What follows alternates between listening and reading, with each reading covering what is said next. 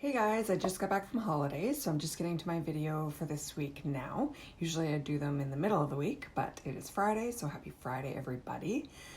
Today we're going to be chatting about fitness and exercise and physiotherapy and how important it is for GBS survivors. So before I dive into that, I'm going to talk about the benefits of exercise overall for anybody, not just for GBS patients. I think a lot of us don't realize the benefits, so I'm going to talk about those. So the first thing that comes to people's minds when you talk about fitness and why you're starting to exercise is usually aesthetics. So people think that you're trying to lose weight or you're trying to look better or you're trying to tone up. And of course that does come with exercise, but there are so many other benefits too. Exercise helps you manage your stress. When you're having a bad day and you go to the gym, usually you're not leaving the gym feeling worse. You're usually feeling better overall. Exercise reduces anxiety and depression, and it just gives you a better outlook on life. It improves your strength, it improves your agility, your coordination, and your balance. It promotes joint stability, which is going to reduce your chance of getting injured or hurting yourself. It decreases your resting heart rate, which actually puts less of a stress on your cardiovascular system. It normalizes your blood pressure, which also lowers your risk of getting a stroke. And it strengthens your bones and your muscles, which is going to make you stronger overall. So now that you know just some of the benefits of exercise, you can see where I'm going with this, and that we struggle with a lot of health issues, so it's even that much more important for somebody with GBS to focus on exercise and their recovery and being fit. So clearly these benefits are even going to be more beneficial for somebody that has had GBS because we're dealing with so many of those problems. We're dealing with the muscle weakness, and we're dealing with anxiety and stress, and we're dealing with lack of coordination and balance. And exercise is going to help improve those things. Now, I remember shortly after I had recovered and I met a previous GBS patient, and I was working on my physiotherapy, and he said, "Oh, good job. That's really good. You need to stick with it." And I said, "How long do I need to stick with it?" And he was like, "Forever. You need to stick with it forever." And at first it was kind of scary to hear. Like, I was like, what? Like, I have to do physiotherapy for the rest of my life? But then I realized the benefit of it, and as I got into fitness and I saw the benefits and I saw how much better I felt and how much stronger I got, I realized he wasn't saying doing physiotherapy for the rest of your life. He was saying just be active. So bear with my lighting changes. The sun is setting, but the point of my story is you really do have to treat your recovery like a job. There's going to be some days that you're not into it, and there's going to be a lot of days that you don't want to exercise, but really it's your responsibility and it is so important. So where to start? If you don't know much about exercise, I myself didn't.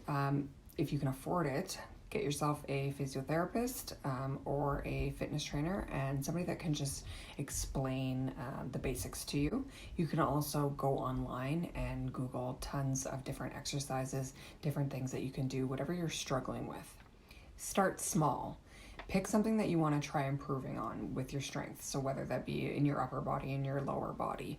So for example, if it's walking, you want to go for a 5-minute walk every day and you see how you feel. And then you increase that over time. And don't make drastic changes. Don't go from walking and you're feeling good and then suddenly you're gonna go for a half an hour run. I mean, that's gonna kill you, and that's gonna turn you off from exercise. So you just want to start small and then slowly increase it over time. So some examples of workouts, even if you're in a wheelchair or can't walk yet, you can use a band, an exercise band, and you can help strengthen your legs that way. You can try and lift your legs against the resistance of the band. You can do bicep curls, even sitting down in your wheelchair or on the couch, and that's going to help strengthen your upper body. You can even strengthen your grip by squeezing putty. You can help your coordination by buttoning shirts. Whatever it is that you are struggling with and want to improve, work on that every day and just keep working towards those goals. And when you reach those goals, that's when you're going to start to fall in love with the process and start to want to push yourself even more. And so I'm clear, you don't need to be exercising for like an hour at a time. You can just start with 5 minutes and then slowly increase that. Just try to make it a priority at least a few times a week. So if you're out of a wheelchair and you want to strengthen your legs or your upper body, there's so many exercises you can do that are beneficial. That includes walking, walking on incline on a treadmill. Using the stepper is really good for your ankles. If you want to push yourself once you get to that point, is standing on your tippy toes, and so walking up the steps that way, or walking on the incline on the treadmill, walking on your tippy toes. Another good movement that I did trying to strengthen those ankles was standing against the wall and just getting up onto the balls of my feet. Just strengthening the legs overall is going to really help you with all those issues with balance and strength that you're having in your legs. And again, you do not need to be up on the balls of your feet walking tiptoed on a treadmill for 20 minutes. You can start with 5 seconds and then tomorrow increase it to 20 seconds and go from there. So there's all different types of activities that you can do, and obviously you want to find something that you enjoy. But if I can give you one piece of advice, it would be to do a wide variety of things. The number one thing that I would suggest is strength training, and that's just because we have lost so much muscle mass and we have lost so much strength that we need to regain that back. And the only way you're going to do that is by lifting weights, by strengthening your muscles, and then by pushing yourself and adding or increasing the load and making it harder for you so you can get stronger.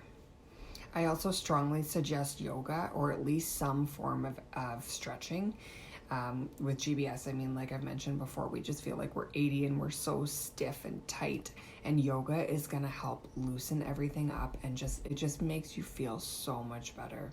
And then some form of cardio. Obviously, cardio is very important for our cardiovascular, and it's going to also help you lose weight if that's what you're aiming towards as well. But overall, it's going to just help you feel better. It's going to help reduce stress. It's going to help increase endorphins. And again, it's just going to make you feel better once you've done it. So that is it for this video. I apologize again for the lighting. I can tell how crappy it is now that the sun has set. That's what happens when you record a video way too late. But I am doing this on my iPhone. I don't have any fancy camera equipment or any fancy lighting. I just want to get this information out there to you guys. If you have any questions for me, the easiest way to get a hold of me is through email. But I really encourage, if you are struggling with something physically wise and you're wanting to improve, I just suggest that you start trying to exercise, add it to your weekly routine, stick with it, try to challenge yourself, and try to reach your goals. And just remember how strong you are and all that you've accomplished so far. You are so much stronger than you think, and you got this.